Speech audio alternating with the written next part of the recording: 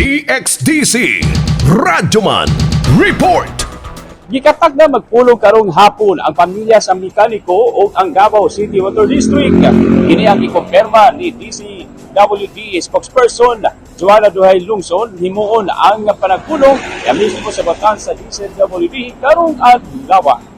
Sumani Duhay Lungsod nga kabahin sa isgutan mao ang pagsuta sa hitabo, negosasyon ug ayuda nga itulon sa DCWD ngadto sa pamilya sa mekaniko nga si Roger Conihar kinsa on the spot patay. Human mibunggo ang motor niini sa boom truck sa DCWD nga nagparking sa Old Airport Kilometer 9 sa ning syudad nga nahitabo pasado alas 9 kagabi. Di pa maingon ni Duhay Lungsod kung unsay matulon nga tabang sa DCWD ngadto sa pamilya sanglit hinuon pa man ang pag-istoryahanay sa duka kampo.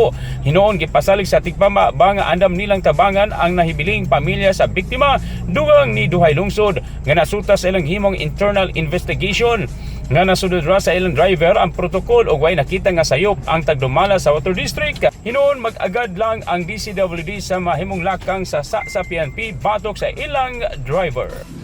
Gikan sa Rivera Funeral Parlor ning sasa ning atong syudad.